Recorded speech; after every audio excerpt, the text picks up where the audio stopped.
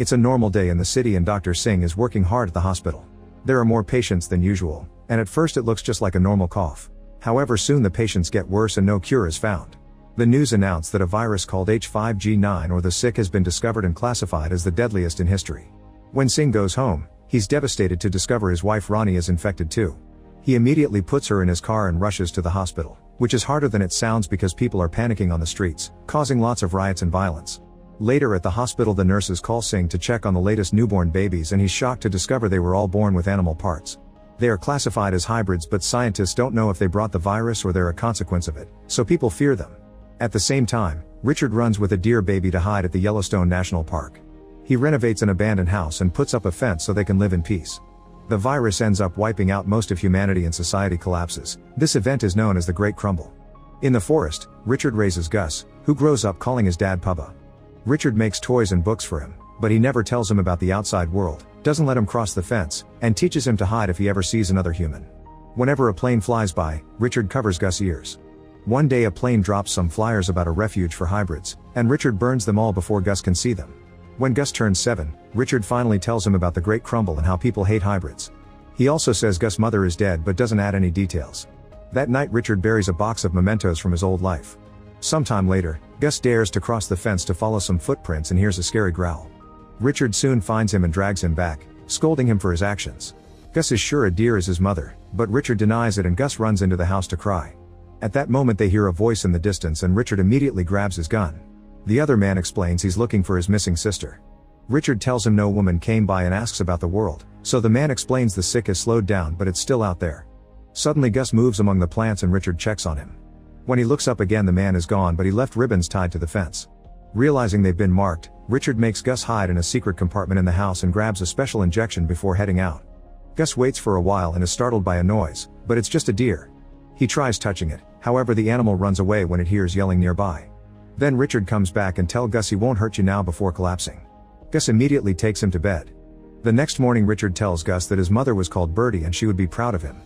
Unfortunately, a few hours later, Richard passes away on his chair. Weeks pass and Gus does his best to survive alone while keeping straw dolls for company. One day he gets too frustrated with the garden and throws a lamp at the weeds, which accidentally starts a fire. He puts it out by throwing things at it, like his precious dog plush. Afterward he finds an old map he drew years ago and starts following it until he finds a tree with a heart and an arrow. He starts digging on that spot and finds Richard's box, which contains money, credit cards, IDs, a photo of his mother Birdie, and a poster for the hybrid refuge. The picture says Colorado, so Gus checks the map and decides to go there to find his mother. After packing up his stuff, he makes it to the fence and finds some candy bars on the ground. He loves the taste of the first one and tries to grab another one, but it's pulled away by thread. Suddenly an arrow flies out and Gus runs to hide, noticing there's a hunter nearby. He gets ready to hit him with his slingshot, but a second hunter appears behind him and grabs him. The hunters say that Gus is bigger than other hybrids and call him special, so they want to take him to a lab. Gus manages to hit the guy and frees himself as he yells, causing the men to be surprised he can talk. When the hunters get ready to kill him, they get showdown first. Tommy appears and kills the hunters while Gus runs away. He hides in his home, but soon Tommy finds him and takes him out of his hiding spot, explaining he found him because of the smoke. Tommy is also shocked to hear Gus can talk and sees Birdie's picture. Then he warns Gus that some people hunt hybrids to sell their animal parts while fixing his broken pipes. Tommy also gives him a few tips on how to take care of the farm and calls Gus Sweet Tooth before leaving. Ignoring all the warnings, Gus runs after Tommy and asks him to take him to Colorado. A flashback shows Amy working as a therapist and hating the routine. When the virus outbreak happens, she's forced to stay in her office. Weeks pass and the lockdown becomes too much, so Amy finally goes outside, only to discover the elephants have escaped from the zoo. Amy runs to the zoo and frees the birds from their cages too. She starts living there and for years she's alone but happy, until one day she discovers a hybrid baby abandoned in a box. In the present, Gus continues to follow Tommy around, ignoring his protests. At night, Gus' eyes become really creepy but Tommy agrees to share some of his food anyway. The next morning, Tommy discovers Gus ate all his provisions and gets furious, so Gus apologizes by explaining he can find food with his enhanced sense of smell. They come across an abandoned visitor center and Gus goes inside, but he gets terrified when he sees a deer head on the wall. When he tries to run away, he steps on a trap and is caught by a net. It turns out a family lives there and when they see Gus isn't a hunter, they invite him and Tommy to have lunch with them. The family keeps wearing their masks, so Tommy assures them he isn't infected and that hybrids like Gus can't carry the virus at all. For the first time, Gus gets to play with another kid and real toys. He also discovers he shakes his leg if someone scratches him behind the ears and hears music for the first time. The family father recognizes Tommy as a football star, but Tommy doesn't want to talk about it. In the forest, the last men appear.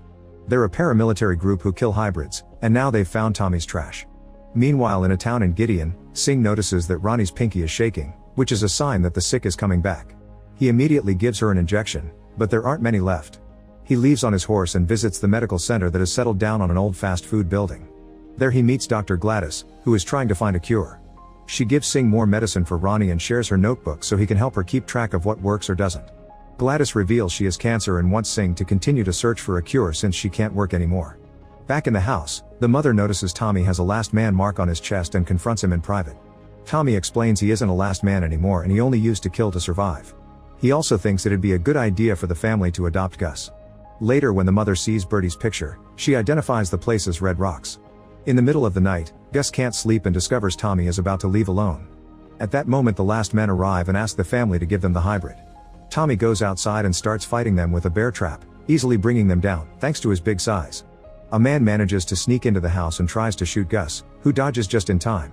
Then Gus quickly stabs the man in his leg and gets ready to defend himself with his slingshot, but the man freezes when a huge deer appears at the door. Tommy uses the chance to sneak behind the guy and kill him with the bear trap while the deer disappears. The next morning, the family kicks the duo out to protect their son, but at least they share some provisions. Tommy agrees to take Gus to the train station, but afterward he must search for his mom on his own. In an abandoned amusement park, a group of teens who call themselves Animal Army are playing video games. Suddenly an alarm alerts them of hybrid distress, so they leave to take care of it. While Tommy and Gus continue to travel, they come across some flowers that Gus never saw before. Tommy explains they appear in areas where the virus is. When night falls, they stay in an abandoned bus where Tommy keeps his supplies, his medicine, and his old trophies. Gus goes to bed and is startled by a bright light outside, so he comes out and discovers there's heavy snow everywhere with no Tommy in sight. At that moment, Gus wakes up and realizes it was a dream. Tommy has made a disguise to make it look like Gus' antlers are part of a costume. In the meantime, Singh takes over Gladys' practice and sees patients every day, which reminds him of how much he loved being a doctor before the outbreak. After work hours, he continues to work on a cure and his wife becomes his control group since she's the only person who has survived the virus.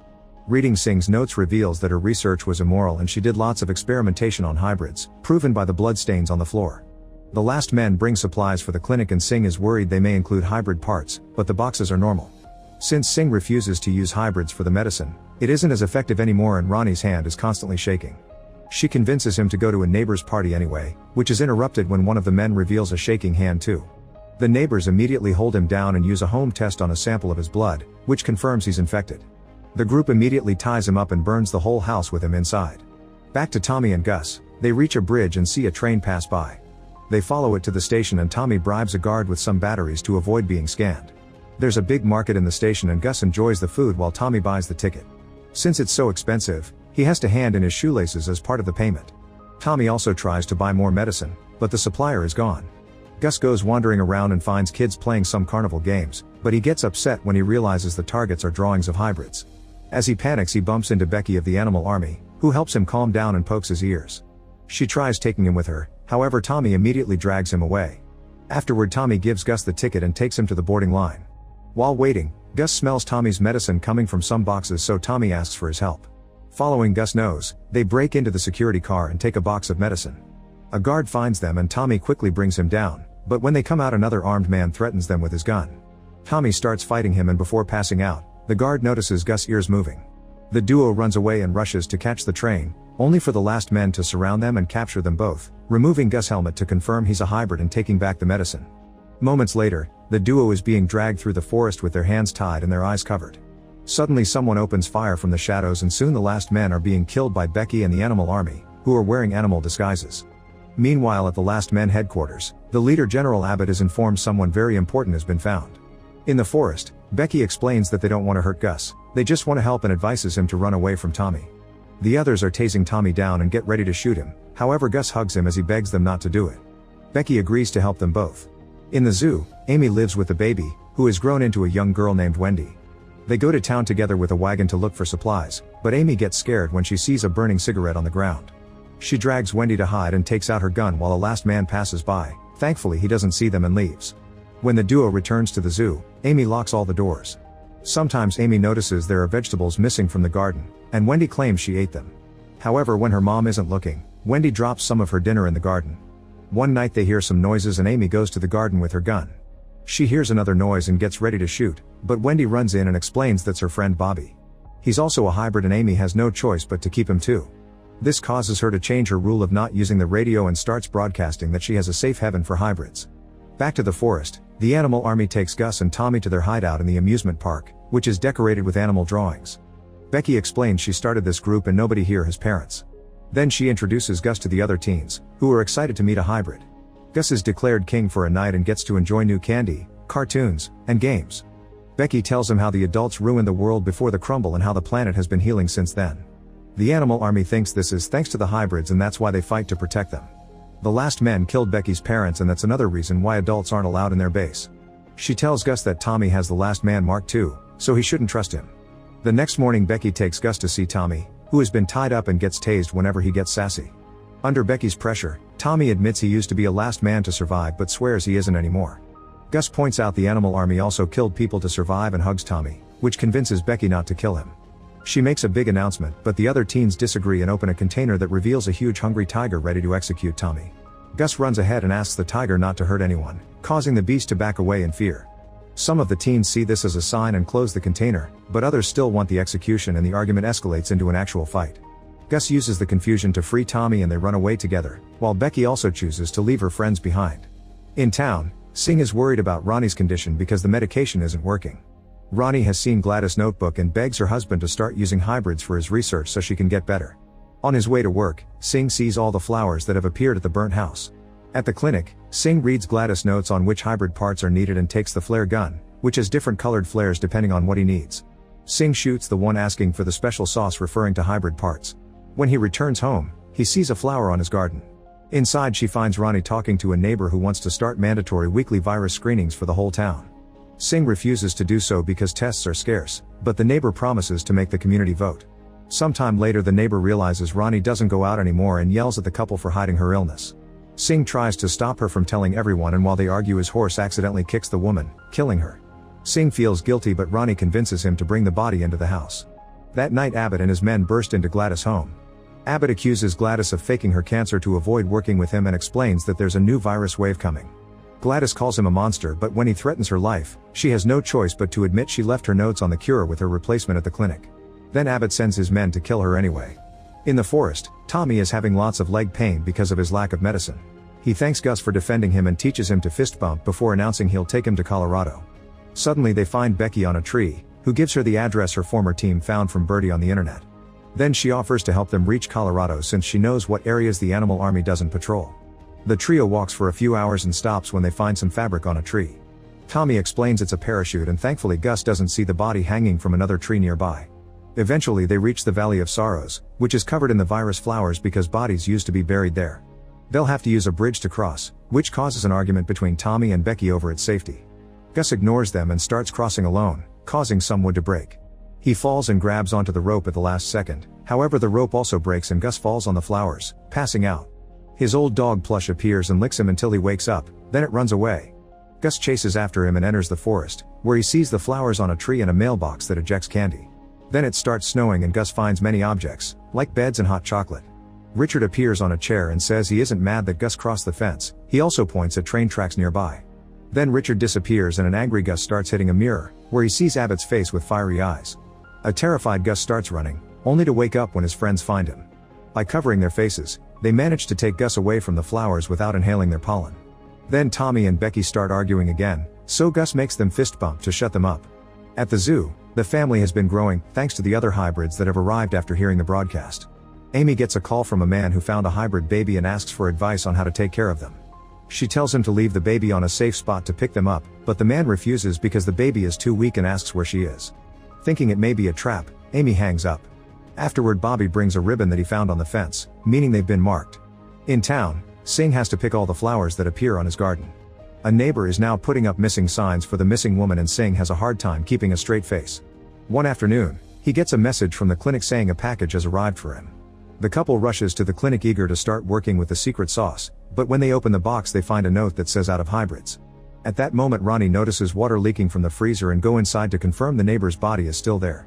However, the door is open, which means someone saw it. At that moment the neighbors arrive and accuse the couple of being killers. Singh starts lying, saying the woman had been sick and he hit her because he doesn't approve of the burnings, seeing them as barbaric.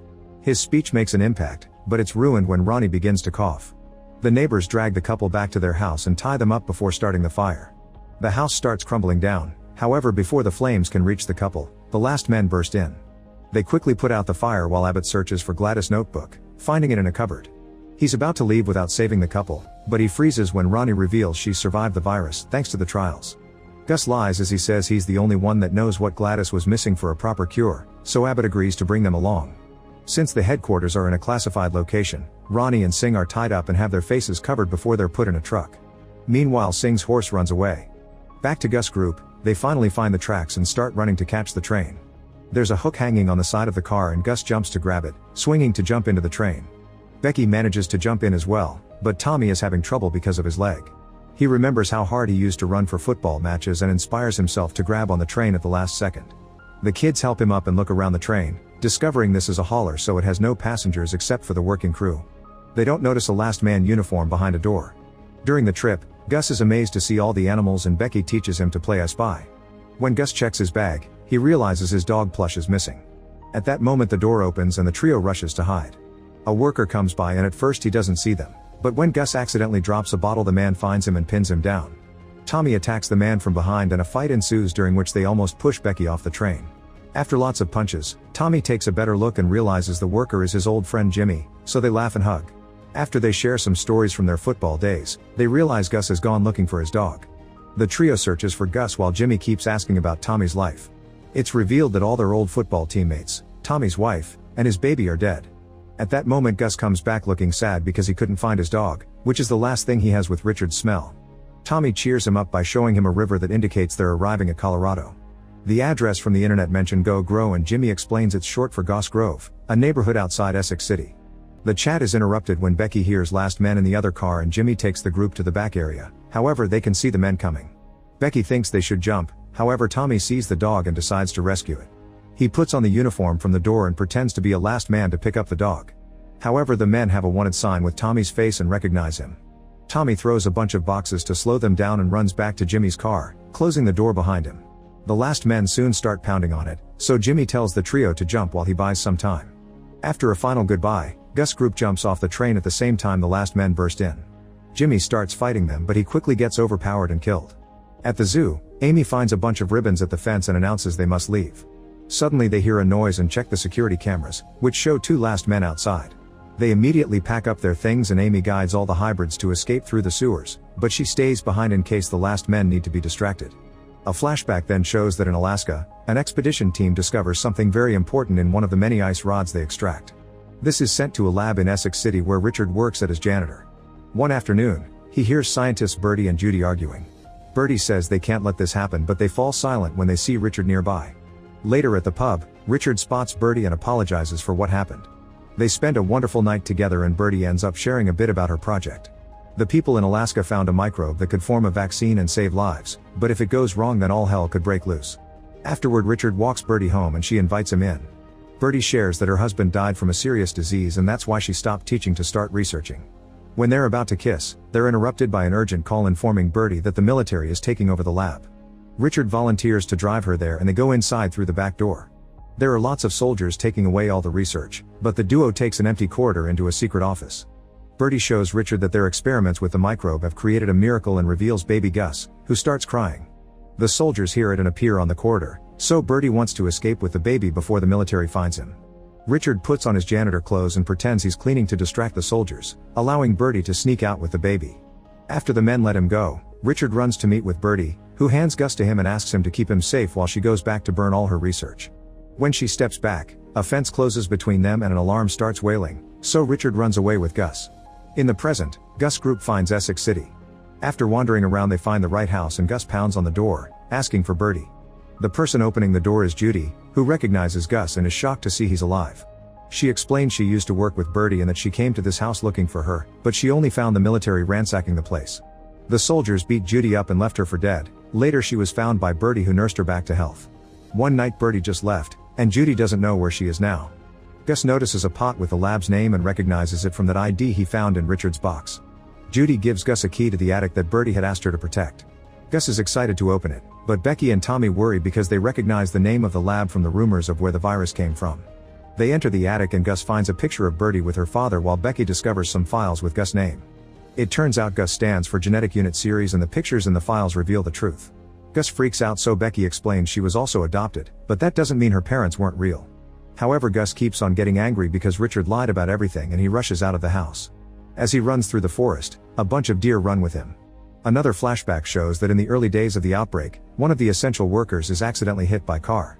The driver is Tommy, who is desperate to get his wife into the hospital because she's about to give birth. The place is full of patients and at first the soldiers and nurses don't want him to stay, but after some begging they take Tommy's wife to the maternity ward. While waiting, Tommy sees on TV how hybrid births are on the rise and people protest about them on the streets. A few hours later, Tommy is informed his wife gave birth to a boy, but when he checks on him he discovers it's a hybrid baby. He immediately runs out of the room and has a panic attack before getting into the elevator, where Singh offers supportive words. In the present, Tommy and Becky search for Gus to no avail.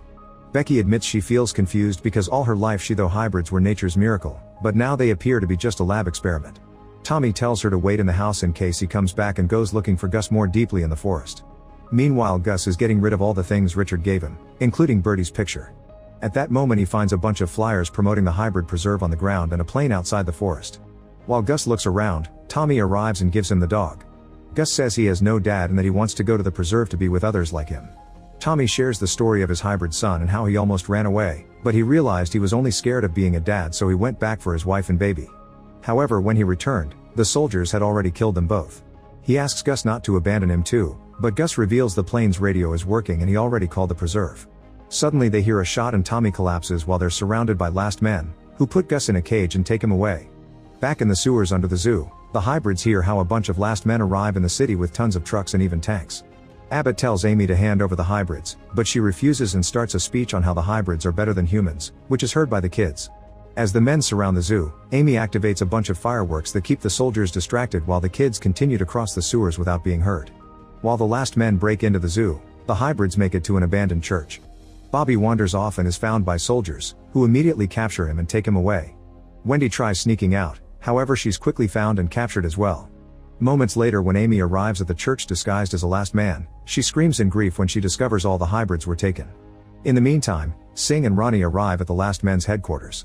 Ronnie is immediately isolated and Singh freaks out in anger, but the soldiers grab him and Abbott tells him they'll let Ronnie go after Singh finds the cure.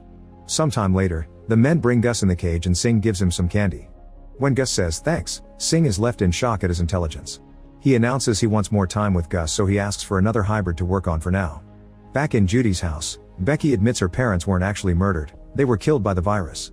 Her sister had been a hybrid, and the last men took her away. For a long time Becky was alone trying to find her sister while growing to hate adults. Eventually she found other kids in her same situation and they formed their own family. At that moment Judy's radio gets an important message and Becky sends one back, finding Bertie on the other end. At the same time a mysterious person picks up Tommy and the dog plush in their truck. In the last men's headquarters, Gus is sent to a warehouse and watches how another hybrid is taken away. There he meets all the kids from the church, including Wendy and Bobby, who give him a big hug. The taken boy is soon killed by Singh in his lab for the sake of the cure. Tommy wakes up in a strange apartment and finds Amy, who tells him they'll rescue their kids soon.